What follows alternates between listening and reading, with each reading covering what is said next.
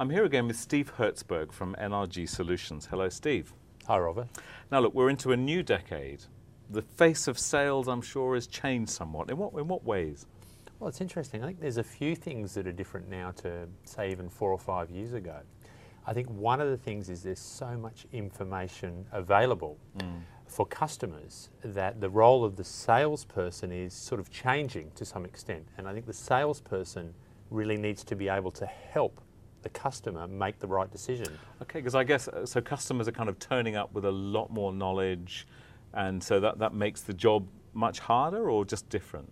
Well, I think it makes it different. You see, as a customer, you can be really well prepared. So if you're looking for an accountant or an architect, you can Google away and see all this information.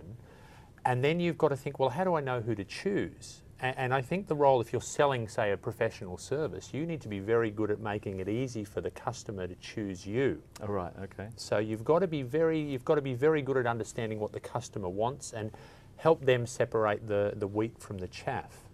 Okay, so are there particular things that we should be doing? Are there particular kind of tips that as salespeople we ought to be using? Yeah, well, I think one of the things I'm noticing now is a few years ago everyone was talking about CRM, so customer relationship management tools, and we're all rushing around getting all this data and capturing all this data on our customers.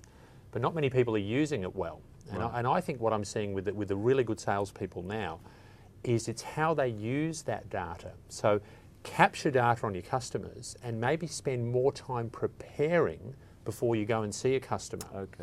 So then you can have a better understanding of what they need, you're seeing them at the right time. So it's capturing the data is one thing, but I'd say prepare in a more thorough manner so you don't waste the customer's time when you're in front of them. In some ways, kind of do what they're doing, do more research, do more planning before you get into that kind of sales discussion. If you like. Perfect. So double your planning time. And the other thing is, for years I've been saying to sort of sales managers and general managers, look, just lift your activity levels, go and see more customers, make more calls. Now, that's still valid to some extent, but I think now there's there's a trend to say, let's work out who do I really want to sell to and who should I spend my time with. So you might not perhaps call on quite as many customers, but you're a lot more targeted in who you're calling on and who you're selling to. So better preparation.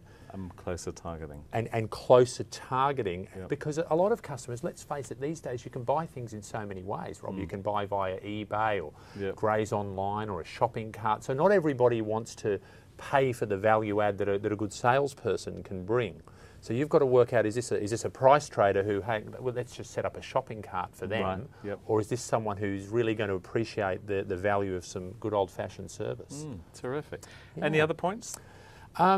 No, look, I think, on the whole, I don't think selling has really changed that much over the last 5,000 years. But I think the really good operators now are very good at helping their customers make the right decision. So increase your service levels, ask more questions, understand your customer's business and your customer's customers, so that it's a lot easier for your customer to say, hey, this is someone we want to work with. Okay. Steve, thank you so much for sharing your tips. Good to see you again. Thank you. Nice to be back.